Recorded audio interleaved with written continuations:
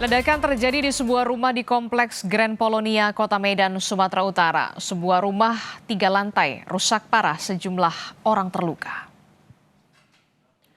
Kuatnya ledakan membuat bangunan rumah hancur roboh. Diduga 4 orang masih terjebak di reruntuhan bangunan hingga Senin malam. Evakuasi masih dilakukan terhadap 4 korban ledakan.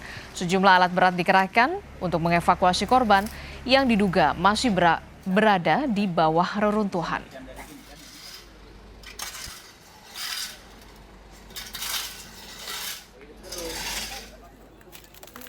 Sebelumnya, warga Kompleks Grand Polonia, Kota Medan dikejutkan ledakan keras yang terjadi di sebuah rumah.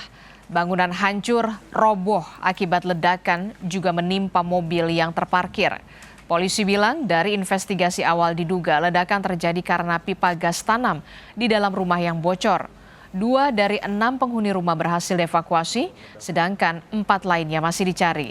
Ledakan membuat 6 rumah di sekitar lokasi rusak.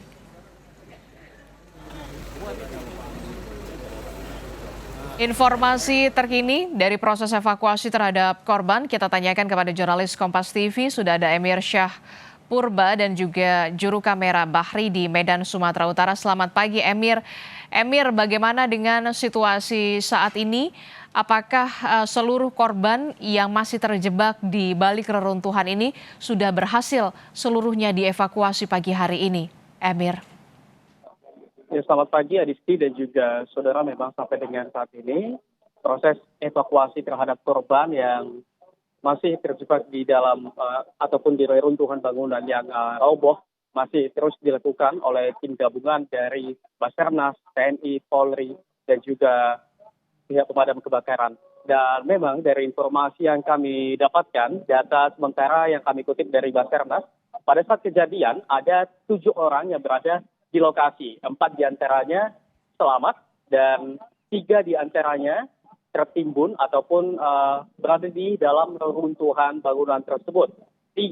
Satu dari 3 yang berada dalam reruntuhan telah berhasil ditemukan oleh tim yang melakukan evakuasi pada sekitar pukul 2:20 pagi tadi dalam kondisi meninggal dunia. Artinya di sini juga saudara masih ada 2 korban yang hingga kini masih terjebak di dalam dan proses evakuasi masih terus dilakukan untuk mencari keberadaan di mana korban berada. Memang pencarian cukup terkendala karena struktur bangunan yang labil pasca terjadinya ledakan yang terjadi sore kemarin. Dan dari pihak Basarnas sendiri memang mengutamakan keselamatan personilnya untuk bagaimana agar bisa aman untuk melakukan evakuasi ini. Seperti evakuasi yang berlangsung malam tadi memang menggunakan alat berat untuk terlebih dahulu menyingkirkan bongkahan ataupun robohan-robohan rumah untuk kemudian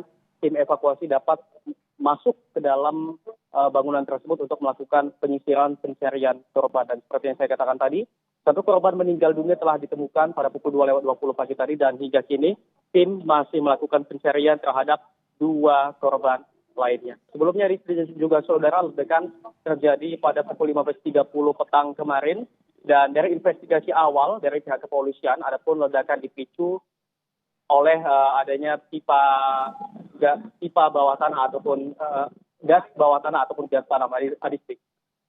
Oke, jadi 1 korban ditemukan meninggal dunia dini hari tadi, kemudian masih ada 2 korban lainnya yang saat ini masih dicari di dalam reruntuhan bangunan. Nah, bagaimana dengan proses atau skema skenario dari proses evakuasi yang akan dijalankan hari ini? Apakah tetap akan melakukan atau mengerahkan alat berat atau akan ada skema lainnya? Ya, Adisti dan juga saudara, memang jika kita melihat proses evakuasi yang berlangsung di lokasi, memang sejumlah alat berat dikerahkan, seperti salah satunya adalah mobil crane yang tadi malam berfungsi untuk memindahkan bongkahan-bongkahan rumah. Kemudian ada alat berat yang berfungsi untuk memecah bongkahan-bongkahan agar tim bisa masuk, dan juga pihak tim evakuasi juga menggunakan drone thermal untuk mendeteksi di mana titik korban sehingga ini dapat memudahkan tim pencarian untuk menyisir korban yang berada di dalam rumah. Seperti satu korban yang telah ditemukan dalam kondisi meninggal dunia pada pukul 2:20 pagi tadi. Dan juga selain itu juga sejumlah peralatan lainnya dikerahkan seperti peralatan mountaineering dan juga peralatan medis. Dan kami sampai dengan saat ini masih menunggu bagaimana proses evakuasi yang berlangsung hingga saat ini, Adisti. Oke, fokus saat ini adalah mengevakuasi 2 korban yang masih dicari. Lalu bagaimana dengan keadaan lingkungan sekitar? Ini kan tidak hanya satu rumah saja, tapi ada beberapa rumah lainnya juga terdampak akibat kerasnya ledakan. Bagaimana warga di sana? Apakah kemudian beberapa rumah ini warganya harus diungsikan atau seperti apa? Ya, Disti, jika kita melihat pasca ledakan di lokasi, kami melihat kerusakan-kerusakan yang cukup parah di rumah sekitarnya, dan memang rumah utama yang merupakan sumber ledakan tersebut mengalami hancur yang sangat parah. Dan memang rumah baik di sisi kanan ataupun sisi kiri ataupun yang berada di depannya yang berdekatan dengan rumah yang merupakan asal ledakan, memang kami lihat cukup parah, Adisti. Ada yang kaca rumahnya pecah, kemudian terdampak juga ke bagian pagar ataupun tembok rumahnya.